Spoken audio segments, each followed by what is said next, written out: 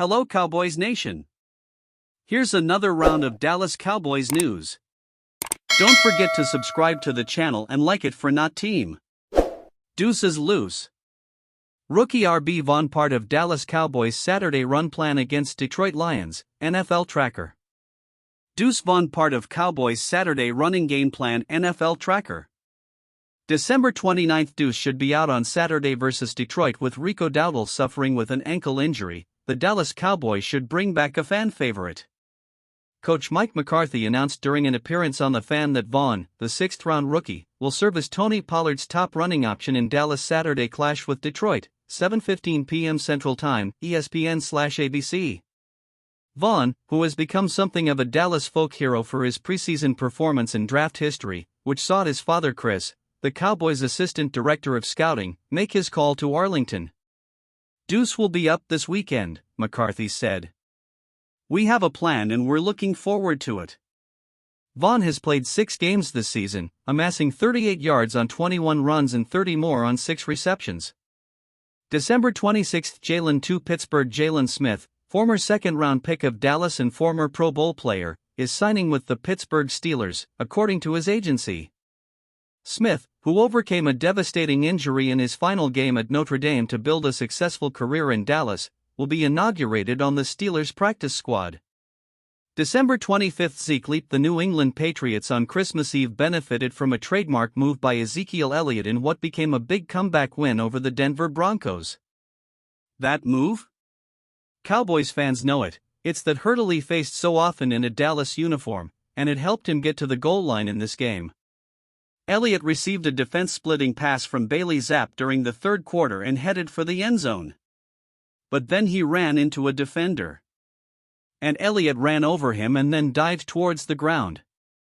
The Patriots moved to 4-11 with the win. They're not going anywhere, except to the NFL draft. But vintage Zeke was a fun moment. 24 December drive ruined. Dallas opened NFL Week 16 on Sunday in classic fashion, with a long, clutch and impressive drive. Until the goal line was approached, at which point rookie quarterback Hunter Luepke appeared to clear a path to the end zone for a game-opening score. The Cowboys fumbled in the transfer exchange between Luepke and QB Dak Prescott, ruining a truly ideal way to start, and spoiling the team's openly stated desire to start fast. December 23 Kelvin changed. The Seattle Seahawks have made some changes to their squad ahead of Sunday's meeting at the Tennessee Titans, with cornerback Kelvin Joseph, a former second-round pick of the Cowboys, perhaps returning to the spotlight.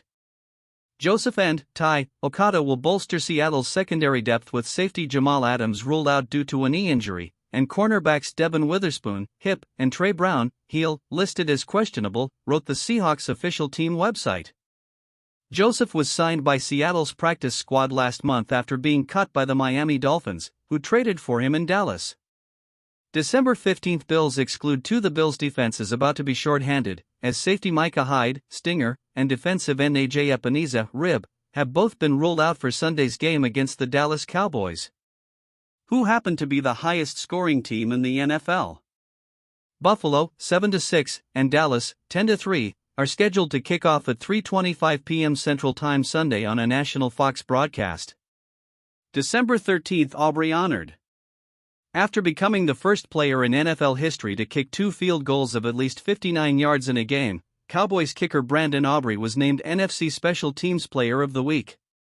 He's enjoying an incredible debut season, as this is his second Player of the Week honor, after also winning it in Week 8. December 10 Micah's illness? Live answer. The Dallas Cowboys go into their Sunday night football clash with the Philadelphia Eagles having spent the week with a clean bill of health. Until Sunday morning, when it was revealed that Micah Parsons had contracted what appears to be a flu-like condition. The Cowboys say Micah will play and, given the All-Pros history in Dallas, we shouldn't be surprised. Earlier this week, Parsons spoke about wanting to be a player who couldn't be bullied, of being unstoppable and incompetent. So surely an illness isn't going to scare him, right? We can also look back to October 2022 to get an idea of Parsons' approach. They were playing the Rams and were underdogs when Dak Prescott was out. But they won when a surprise 22-10 victory was sealed with a Parsons strip sack, even though he was injured. Parsons said his left groin injury occurred at the end of the first quarter. He continued playing, of course, while spending some time on an exercise bike. Then defensive assistant George Edwards checked on Parsons to see if he was ready. December 7 Shaq cites Sirianni's difference from Cowboys. It wasn't exactly brotherly love, but a certain sense of familiarity drew Shaquille Leonard to Lincoln Financial Field. Leonard, a recently graduated Philadelphia Eagle, talked about his decision to wear green as his new employers prepare for their battle with the Dallas Cowboys on Sunday night, 7:20 p.m. Central Time, NBC. As the longtime rivals searched for a defensive difference in the final stretch of a season that put each of them atop the NFC East, each tried to woo Leonard. According to the four-time All-Pro, a familiar face in head coach Nick Sirianni made the difference. "Nick and I were together in Indy. Nick is a great coach, a great competitor," Leonard said, according to the Philadelphia Inquirer. "I wanted to go somewhere that suited me, to a coach who knew who I was as a person and as a player."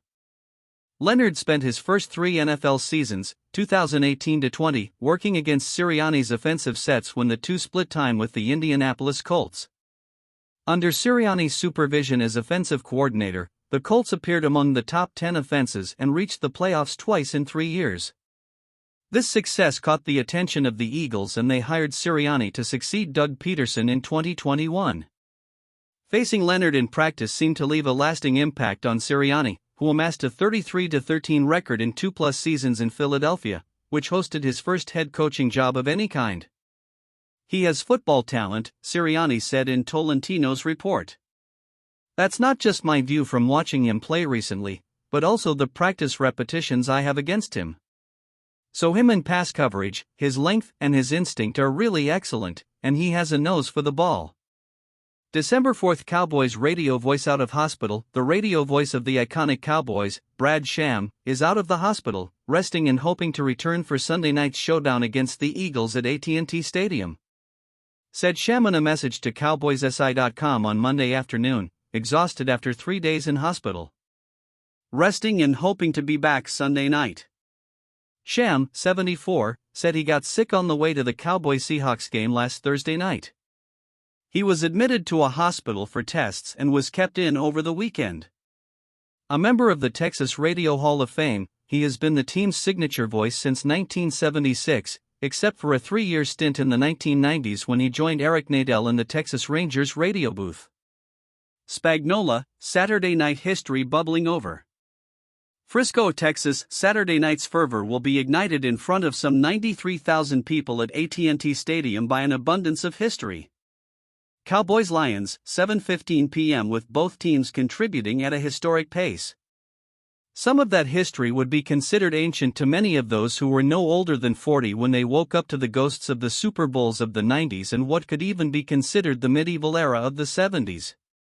Some of it, however, can be considered modern history, and on both sides of the field, with the Lions already having achieved something not seen in Detroit since 1993, having won the first division title and trying to win a franchise record 12th game in a single season, achieved in their 90th season since 1934. And while the Cowboys are trying to go 8-0 at home for the first time since 1981, they are also inches away from breaking an individual record belonging to a former player who will have to watch in person if it actually happens. What did you think of this news? Don't forget to like and subscribe to the channel so you don't miss any Dallas Cowboys news. Thank you.